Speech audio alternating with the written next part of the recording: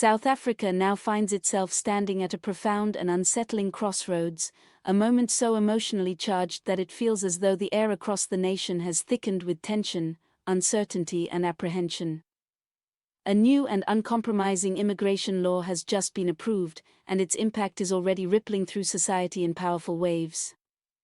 This law is not gentle or symbolic, it is firm, unapologetically strict, and sends an unmistakable message that the country is shifting direction in a dramatic way. Almost overnight, conversations have changed tone and urgency. From family living rooms to workplace canteens, from taxi ranks to bustling spaza shops, from rural border towns to city churches, no place is untouched by the intensity of debate. Everyone has an opinion, and neutrality has become almost impossible. Some South Africans feel a sense of relief, believing that long-ignored issues are finally being addressed and that the rule of law is being restored.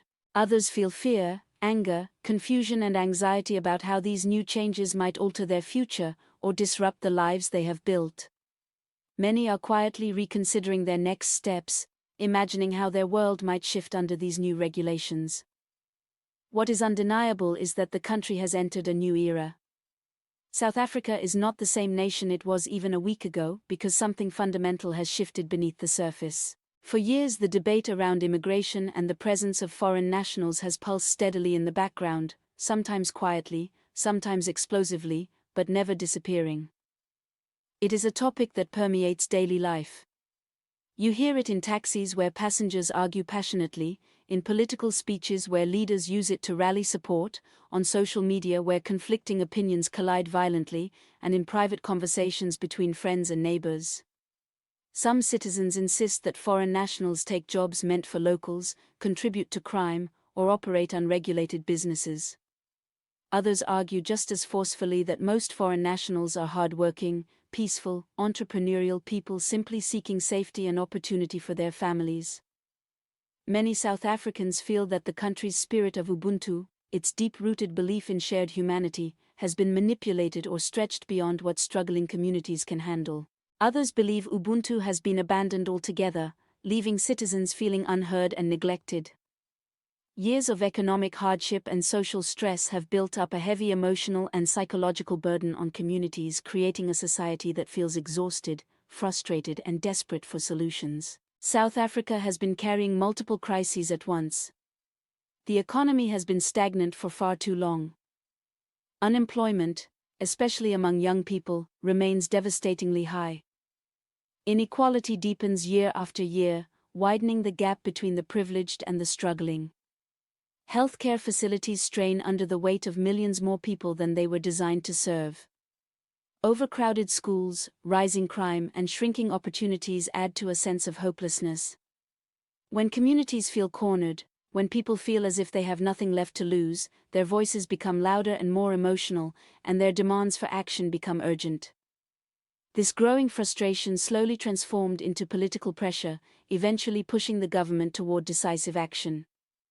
Now, with the introduction of the new immigration law, it is as though a spark has dropped into a room already filled with fumes. The law marks a significant pivot in how South Africa intends to manage its borders and immigration systems. It introduces far stricter border control measures, ending the long era in which individuals could enter the country quietly or without proper documentation. It speeds up deportation processes, meaning those living in the country without legal papers may now be removed quickly and with far fewer delays. It also places heavy penalties not only on undocumented individuals but on those who assist them, employers, landlords, taxi operators, business owners, criminal syndicates, and even government officials who accept bribes or turn a blind eye. This is not a minor adjustment, it is a forceful declaration that South Africa is redefining its priorities and reinforcing its national boundaries. The message is clear, the door is no longer open in the same unrestricted way it once was. But behind every legal document, every policy debate, and every enforcement plan, there are real people, individuals with lives, histories, and families whose futures cannot simply be erased by paperwork.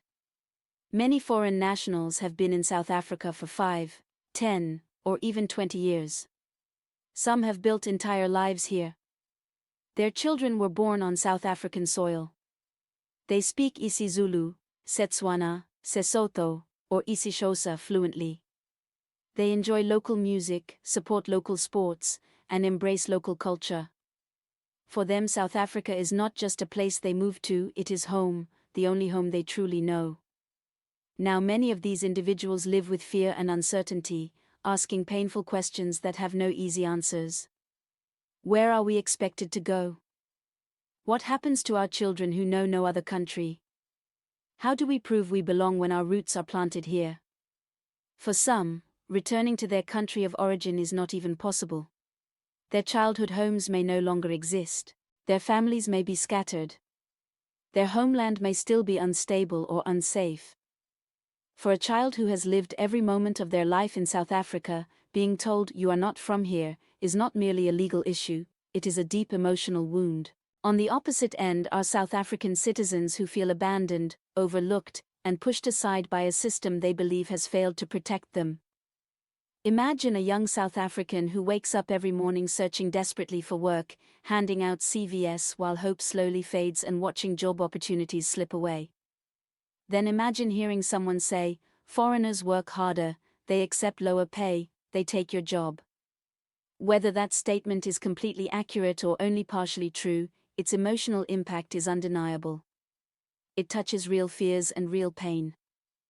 These emotions have been shaping public sentiment for years, and that sentiment eventually took form in political action. This law did not appear out of nowhere, it is the result of layered frustration, community pressure, political tension, and a collective belief among many citizens that the situation has reached a breaking point. Many South Africans have long argued that the nation's borders must be better managed and its systems protected.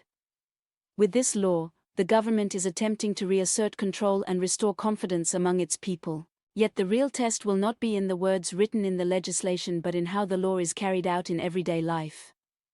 Laws on paper and laws in action often look very different. Will police start conducting frequent immigration checks? Will Home Affairs finally be able to process paperwork fairly, quickly, and without corruption? Will profiling increase? Will businesses begin to dismiss workers out of fear?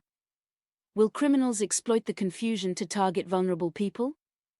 Will political leaders use the tension to fuel their own agendas? These are the questions people whisper in private but hesitate to say aloud. The situation is delicate and potentially dangerous, because with emotions running high, it takes very little for conflict to ignite. The coming weeks and months will be decisive. South Africa is entering a period of turbulence, filled with protests, legal challenges, emotional stories, and intense debate. There will be court battles, public demonstrations both for and against the law, stories of families separated, police operations, community unrest, and moments of heartbreak as well as relief. This turning point will reshape families, communities, and the national identity in ways that are still unfolding. The storm may feel overwhelming now, but storms do not last forever. Sometimes they clear the path for necessary change, difficult as it may be. As the country navigates this moment, staying informed becomes essential. Silence will only allow suspicion, misinformation, and division to grow. Speaking honestly, understanding the complexity of the issue, and engaging openly will be crucial for the country's social stability. South Africa's story is not ending with this law, rather, a new and complicated chapter is beginning, one that demands empathy, resilience, and courage from all who call this nation home. The immigration debate is ultimately about identity, belonging, human dignity, and national responsibility. South Africa has always been shaped by movement, of people, cultures, and ideas. Its diversity has been a source of strength and of tension. Now the country must find a way to protect its borders while still honoring human dignity. Whether this moment becomes one of conflict or one of renewal will depend entirely on how South Africans choose to move forward together.